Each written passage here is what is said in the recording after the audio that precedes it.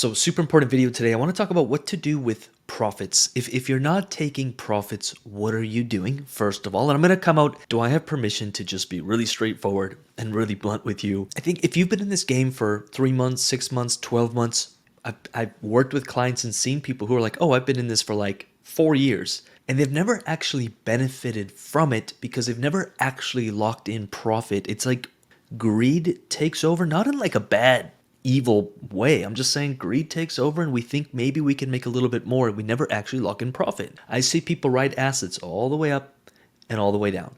I see people enter liquidity pools. Pool fluctuates, they're taking their fees and they're, reinvesting it back in, and they're never actually locking in profit. They never lock in the profits from the fees. They never lock in the profits from the appreciation of the position. They don't lock in profit. And to me, that's a bit wild because there's so many ways that you can lock in that profit and then keep earning yield on it, but secure it. I also move profit into real world things. I bought a ton of cars the last year and a half. Real world things. Now, I'm not saying go blow your money on cars, but you get the point. It's like take it, pay off the Visa, take it, pay off some chunk of the mortgage. I don't know. All I'm saying is make it real, and you're going to have to find a way. And by the way, in this video, I'm going to show you some places that I move profit, but you're going to have to, I can't tell you exactly how much profit to take. Have a look at your life and get clear on, okay, as I make money as an investor, how much of it do I reinvest back in my portfolio? How much do I move on the sideline, which is super important, by the way?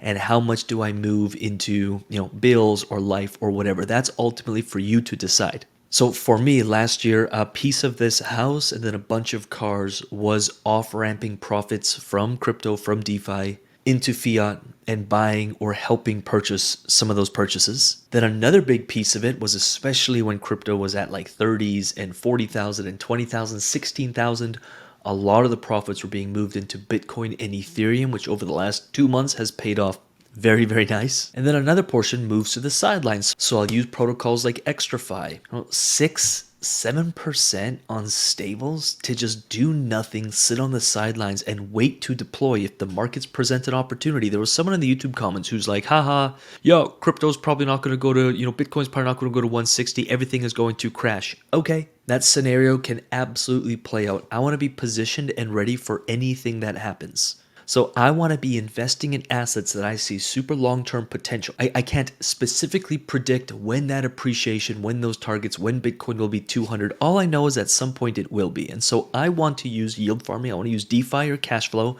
to be able to buy more Bitcoin.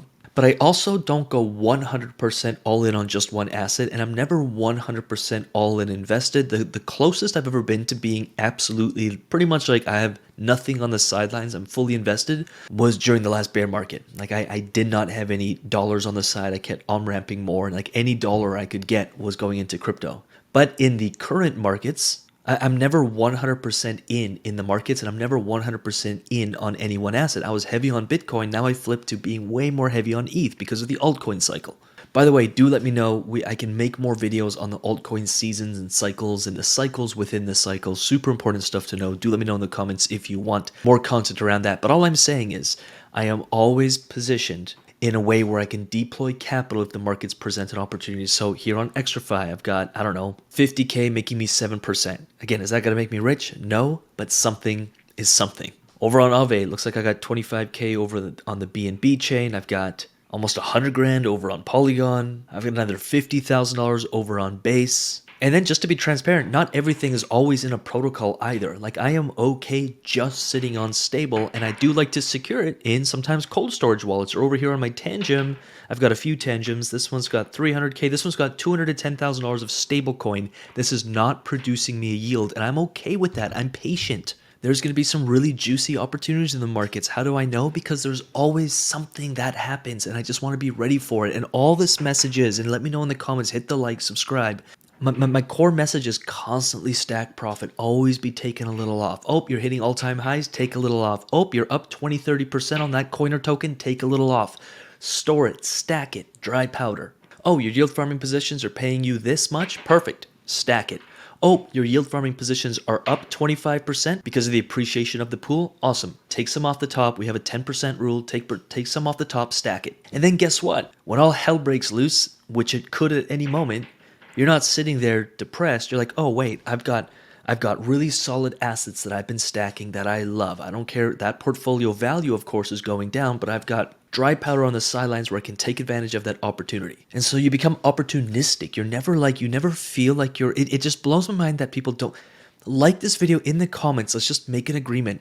I will take profit consistently, especially when everyone thinks I'm an idiot that I'm not 100% invested in the markets, which I see this all the time. Last bear market, everyone called me an idiot because every single dollar I was making was going into crypto. That's made me like $3-4 million over the last year, but everyone called me an idiot. And now people will look at this and be like, what an idiot. He's got $250,000 or $300,000 or $400,000 of stable coins sitting on the sidelines, not invested. And I get it. And I don't think the market's going to crash. In fact, I see a really bright future for the next 3-6 months. 2025 is going to be a lot of fun, especially if you understand altcoin seasons. But in case I'm wrong, and also I'm not greedy, I made a ton of money from the last bear market. So I'm happy to move some profits, keep them on the sideline. I'm not greedy. But Lucas, what if Bitcoin goes to 200K by the end of the year? Sweet, I'm invested. I'm heavily invested. I own multiple Bitcoins. I'm happy with that. I'm not looking to make as much money as possible. That's when you start losing. Since last bear market, if I actually annualize it, it's been well over 450% in returns through my buy and hold portfolio and my yield farming portfolio. If you look at that monthly, we're talking 30-35% if you actually look at it over a year. Now, I had some awesome months. I had some down months.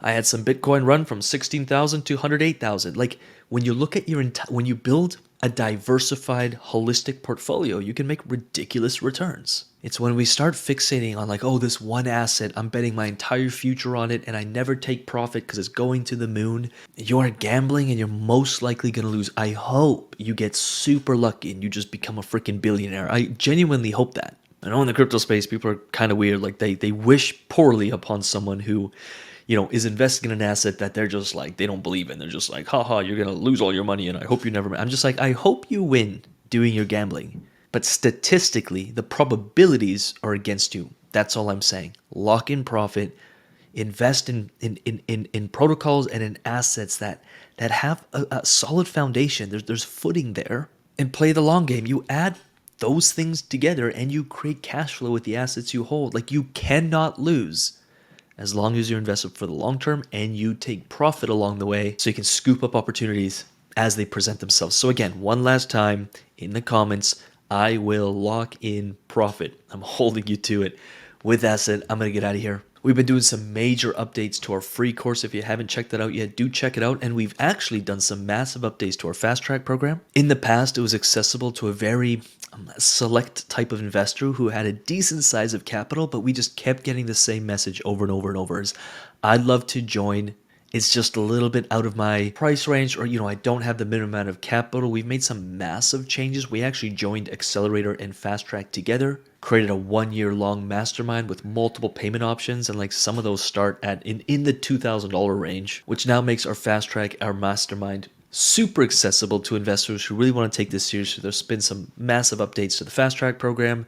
UIG is going through some massive updates. We have our live in-person event at the end of June. Super excited for it. 100 investors are flying in to literally get hands-on coaching from the team for 2 to 3 days, depending on if they join VIP. And we've got a secret project we've been working on over the last little while. Really excited to present that to you. It's a little early to do it, but if you think about all the tools you use on a daily basis, it's all over the place. We've been designing something that brings all the tools all under one roof, and we're going to make it free to YouTube subscribers or people in our world. So I'll drop some behind the scenes here probably over the next couple days, next couple weeks. But in the meantime, enjoy the YouTube content, subscribe if we can support you in any way, reach out. And with that said, we'll talk soon. Peace.